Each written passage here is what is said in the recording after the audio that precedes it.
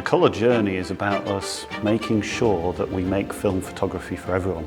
Now and in the future, we've spent 145 years making black and white film. We're really good at it, we enjoy it, and we want to carry on doing it. But more importantly, we want to do good new stuff. And that's the colour journey.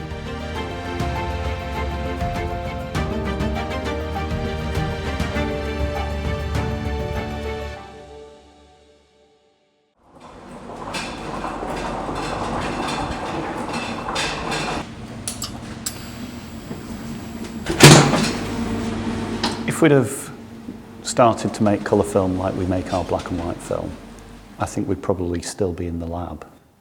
Our reputation is for excellence and consistency in black and white, and long may that continue. So we have to have a different business model. And what we came up with was a skunk works. Little planning, fast moving, agile, utilising the minds of the people in R&D. Let's see what we can do. They called a meeting, I think, didn't they? It was a meeting. Yeah, very hush-hush at the beginning. It was just R&D that knew. Head of R&D came in and was like, right guys, we're doing a colour film. And we're like, yes, this is going to be good. Because for ages, obviously, it had just been black and white, and then this new challenge, this new expedition almost. It was really, really exciting. My reaction was, I'd never thought I'd see a colour film developed in my time at HARMAN. And the first thing we had to overcome was that mindset to persuade people, yes, we can do this.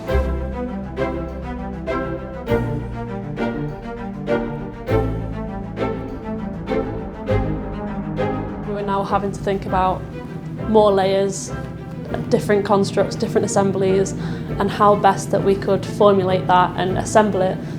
It was quite a big ask, a massive ask, a monumental ask. So looking at what we already have on site, how can we take that apart and reassemble it in a different way to produce a sort of a proof of concept, which is what Phoenix 1 was. When we came up with the Phoenix product and the Phoenix name, we recognised that name was symbolic. It was symbolic of the industry recovering, growing again, and symbolic for us as a company as well, doing the same. We've done colour film 1, that was Phoenix, and colour film 2, and we've done some creative colour films, all of which have taken a lot of time and effort. And that's the start of the journey.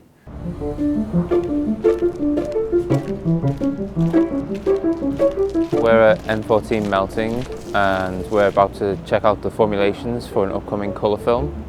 There'll be emulsion layers, some filter layers, different couplers, dyes, and super coat to protect the film package as well. Currently measuring the surface tensions of all our different layers that we're going to be coating today on this new creative product, which is exciting. We need to make sure that the surface tensions are all okay within the layers so that we don't get any coating defects. For a colour film, we have many layers to render all the different colours, so it's split up into the colour channels, red, blue and green. And each of those colour channels needs to just be sensitive to that colour, and then once it's exposed and processed, it expresses the inverted colour, which gives you your cyan, yellow, magenta, negative image. 5.6, pH 5.7. Oh, brilliant sound. All right? Yeah. Did you get the blue emulsion? Being in the early development team is really nice because you're not just problem solving, you've got this like exciting, like freedom almost. It's like, oh, I've seen this idea and it might not work and it might work, but you can kind of like, shoot for the stars a little bit. The science of making film is really interesting.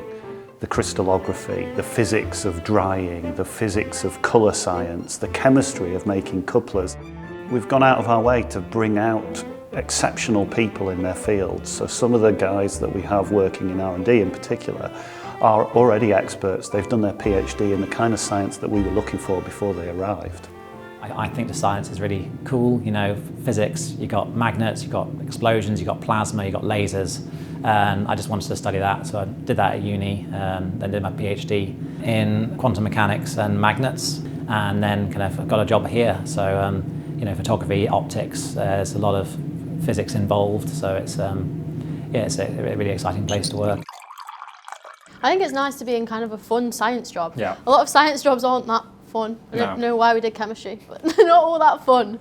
But this is a fun science job. Like, it is fun, it is creative.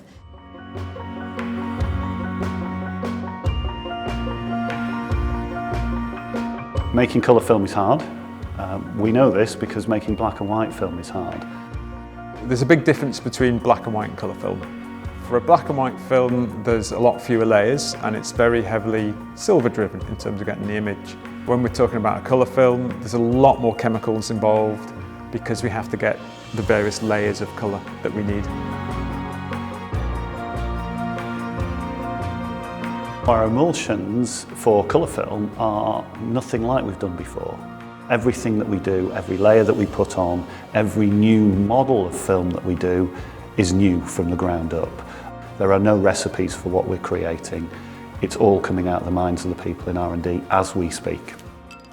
If myself or Pete or Jordan, anyone like that, will have an idea for a package that we can coat, we'll work with the lab techs on that. We'll give them what they need to do, why we're doing it, and these guys will go on and formulate it so we can coat it and get the results.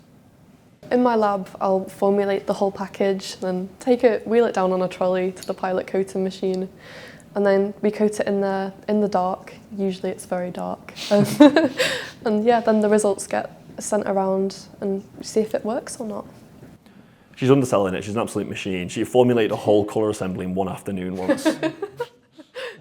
We've got an on-site lab here, HARMAN Lab, which I manage. So we've got a whole suite of lab equipment. So we've got all the usual scanners that you'll find out there in the wild, and colour processing and colour printing. So we've got all of that equipment which enables us to be able to take these products and test them in that real world environment. We also do experimental testing for R&D as they can choose from. And you can measure the D-log E curve or the H&D curve as people might know it. From that you can measure all your photographic parameters. The biggest challenges for me is I was given projects specific to each colour channel, so I was given like the yellow layer, blue sensitivity, magenta layer, green sensitivity, and so it's sort of identifying where Phoenix 1 was struggling and then trying to improve that for Phoenix 2.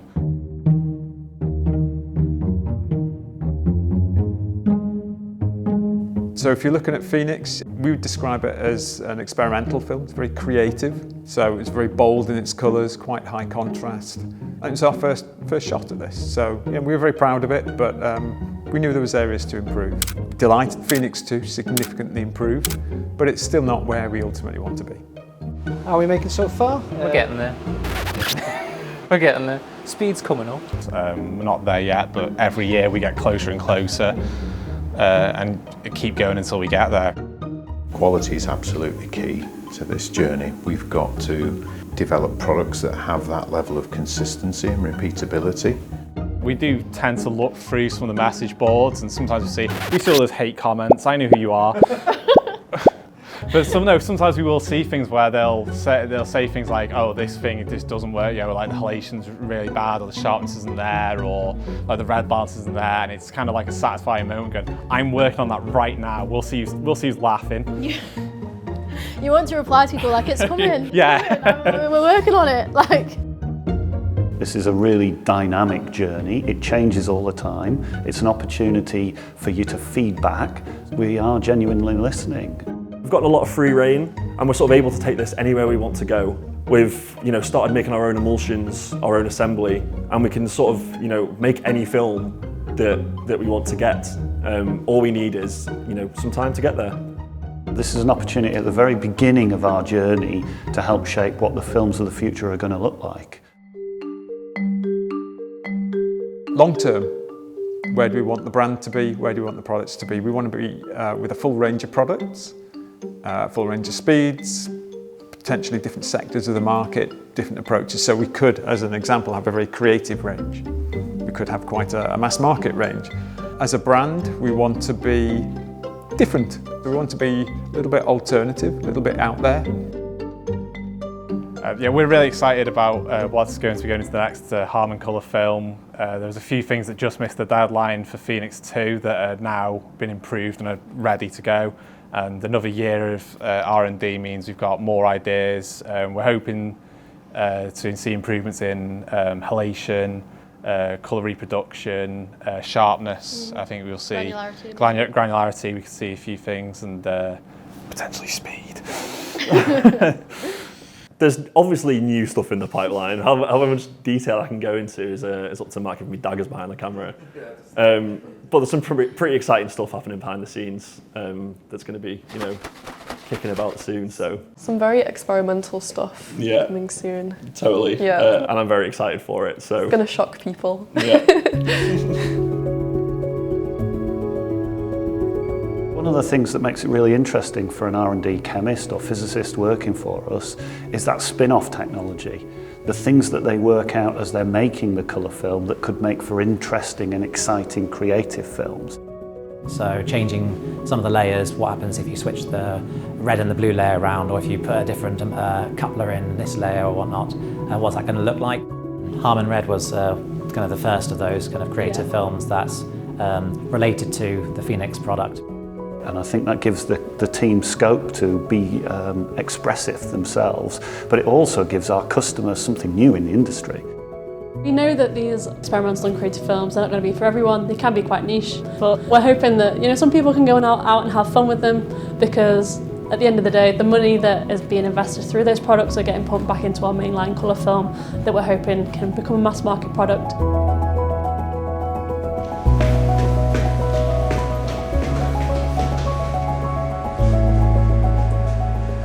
So we're in QC, quality control. We're watching the roll come through on the cameras, and we've also got the Intec system, which will use a laser to pick up any defects right on cue. We're just waiting on samples to arrive. Once the roll changes over, we can take a sample. That can be looked at by the guys here. They can look for defects and any changes we need to make to coating parameters to move away from those defect areas. So this is my very first big trial, which is very exciting, and it's all going okay so far. So that's even better, because it's quite scary to do your first big coating. But yes, very excited and hoping that the final product is a good one and that people enjoy shooting it.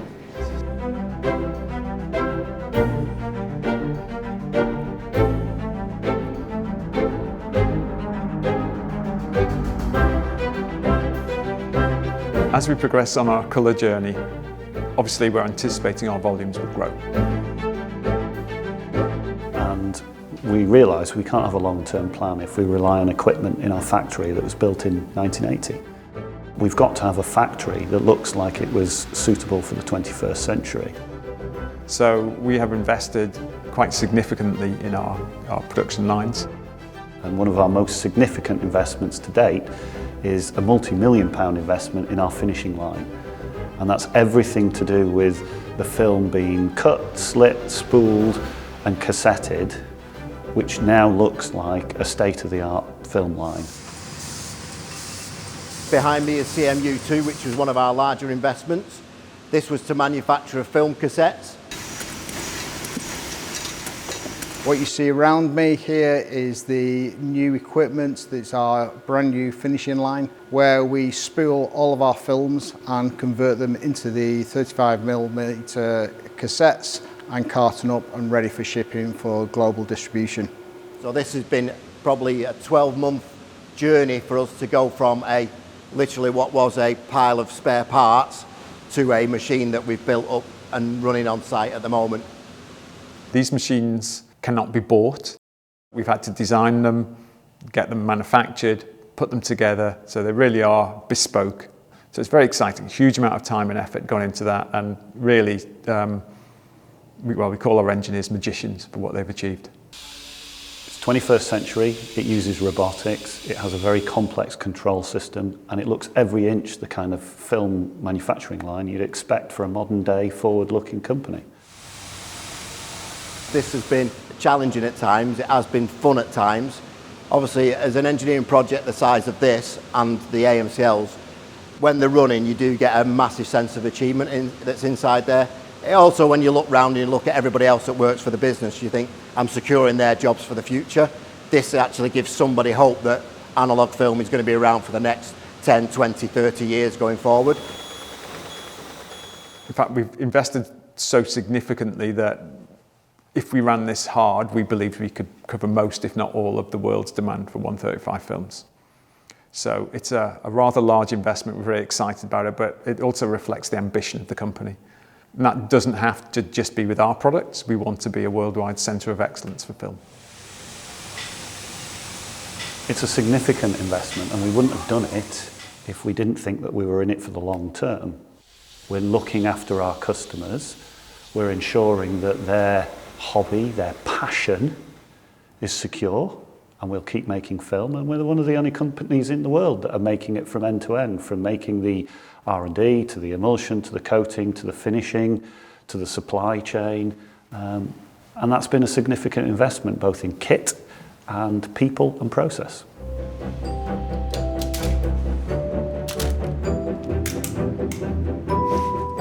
So why? Why should people shoot film in this era, this digital era with smartphones everywhere? I mean, the immediate thing that I think about when people talk about that is, you know, why do people still paint? They invented photography, it didn't kill painting. They invented digital, it's not killed analogue photography, it's an art form. People should shoot film because, I mean, it's great fun.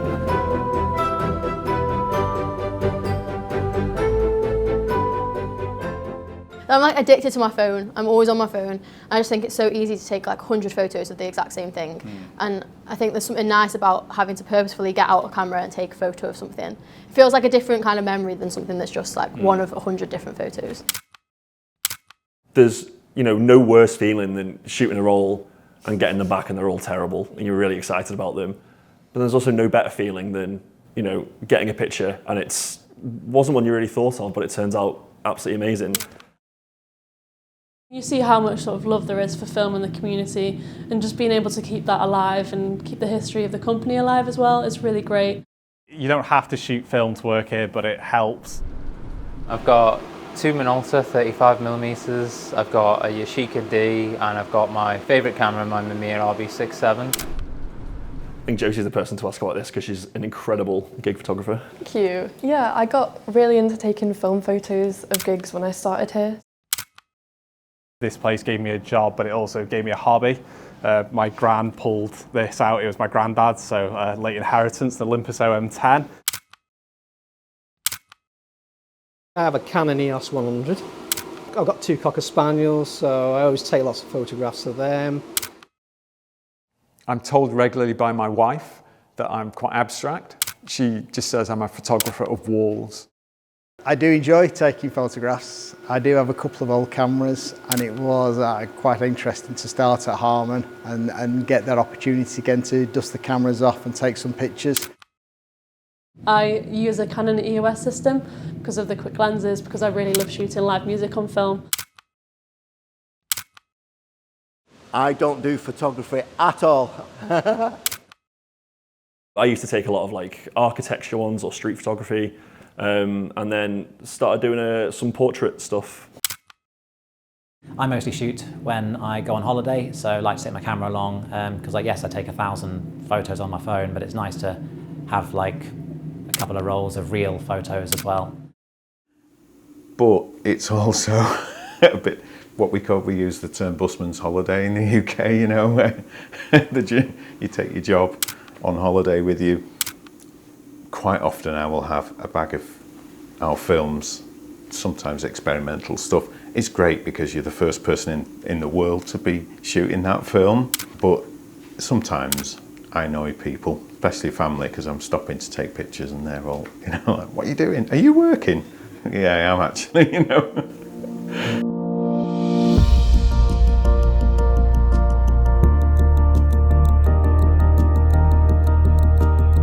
So we're in early days on our colour film journey.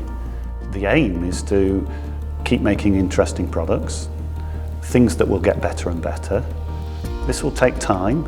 It's not an easy or quick journey, but we're committed to reinvesting that money to improve our films, to make more different, interesting films, and to be a long-term player in film photography.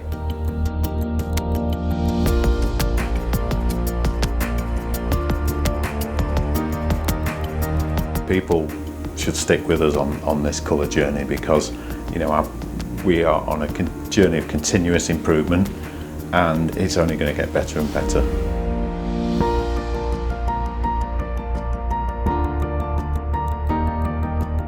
Our mission statement is to have film photography for everyone. So stick with us for that.